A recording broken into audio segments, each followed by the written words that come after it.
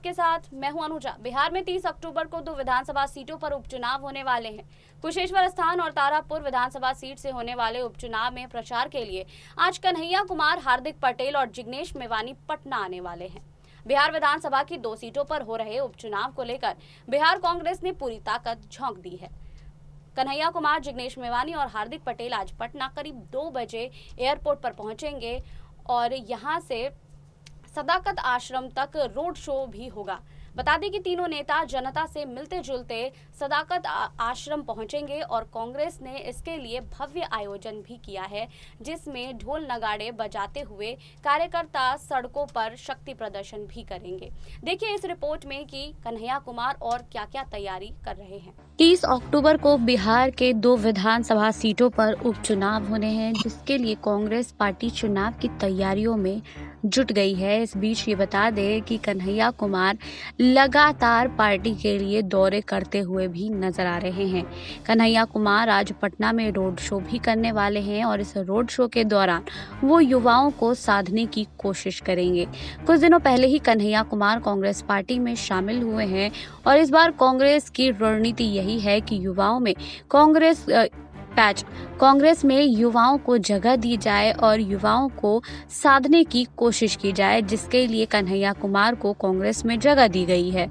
और कन्हैया कुमार बखूबी युवाओं को अपनी ओर आकर्षित करते हुए भी नजर आते हैं।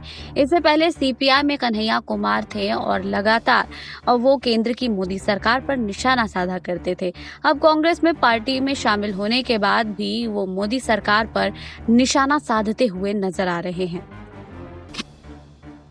वहीं बता दें कि हाल ही में कांग्रेस का दामन थामने वाले युवा नेता कन्हैया कुमार, हार्दिक पटेल और जिग्नेश मेवानी बिहार दौरे पर हैं, यानी 22 अक्टूबर को वे बिहार दौरे पर रहेंगे।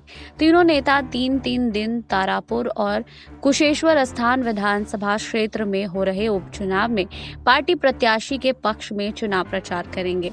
वहीं बता दें कि बिहार कांग्रेस प्रभारी भक्त चरण दास भी शुक्रवार को ही बिहार दौरे पर आ रहे हैं। दरअसल उपचुनाव में जीत सुनिश्चित करने के लिए पार्टी ने अपने तीनों युवा नेताओं कन्हैया कुमार, जिग्नेश मेवानी और हार्दिक पटेल की तिगड़ी को चुनाव प्रचार में उतारने का निर्णय लिया है। कांग्रेस में शामिल होने के बाद तीनों नेता पहली बार बिहार आ रहे हैं।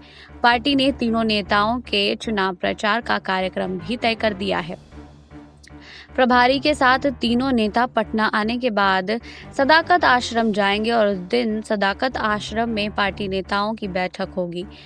राजनीति व सामाजिक क्षेत्र के कई महत्वपूर्ण नेता उस दिन कांग्रेस की सदस्यता ग्रहण करेंगे।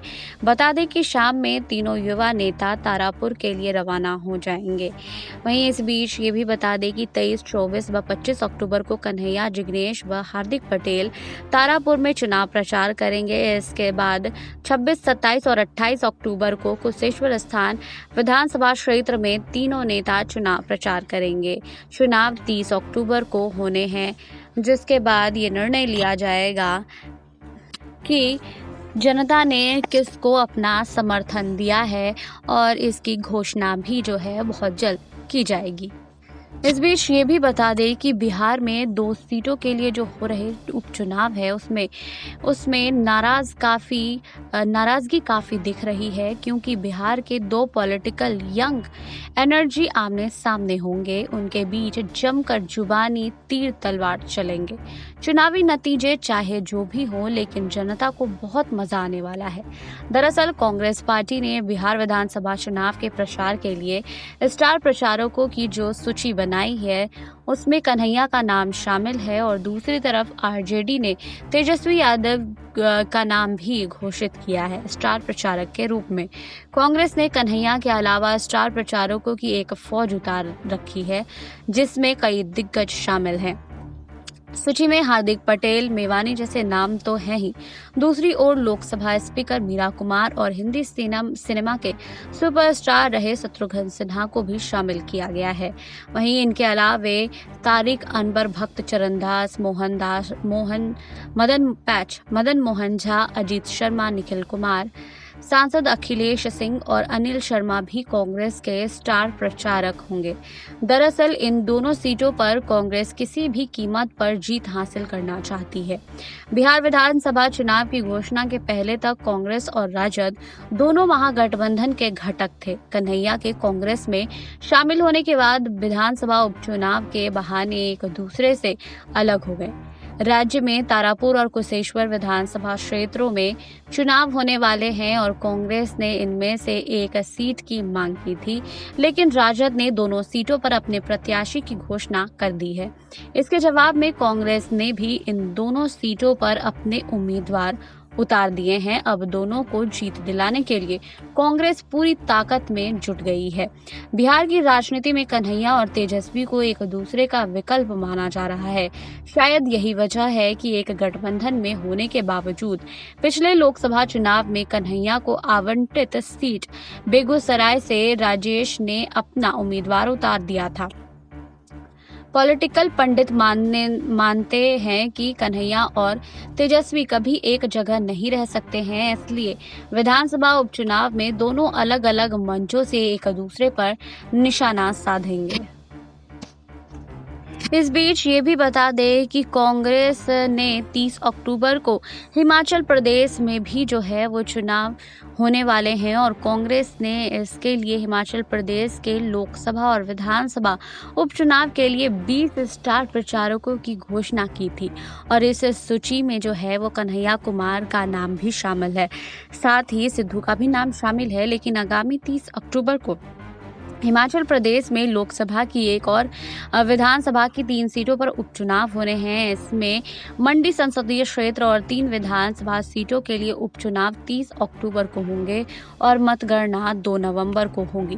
इस बीच ये भी देखा जा रहा है कि कांग्रेस पार्टी लगातार जो है वो युवा चेहरों पर दांव लगा रही है और कन्हैया कुमार भी स्टार प्रचारकों की सूची में शामिल हैं और वो भी अब हिमाचल के दौरे करते हुए नजर आएंगे। इस बीच बिहार में भी कन्हैया कुमार का दौरा लगातार चल रहा है। बता दें कि भगत सिंह की जयंती के मौके पर सीपीआई नेता कन्हैया कुमार और गुजरात के निर्दलीय विधायक जिग्नेश मेवानी कांग्रेस में शामिल हुए थे और इनके शामिल होने के बाद बिहार में उपचुनाव को लेकर राजनीति तेज हो गई थी। अब आज उपचुनाव के प्रचार के लिए पटना आ रहे इन युवा चेहरों पर सबकी नजरें हैं। कांग्रेस के इन युवा स्टार प्रचारकों को टक्कर देने के लिए आरजेडी से तेजस्वी यादव सामने होंगे। कन्हैया के नाम पर खासकर नजरें इसलिए टिकी हुई है क्योंकि ऐसी चर्चा है कि पार्टी में मजबूती लाने के साथ ही बिहार में तेजस्वी के सामने युवा चेहरे को मैदान में उतारने की नीति से कांग्रेस काम कर रही है। इसलिए कांग्रेस ने ऐसे युवाओं को स्टार प्रचारक में इस बार शामिल किया है।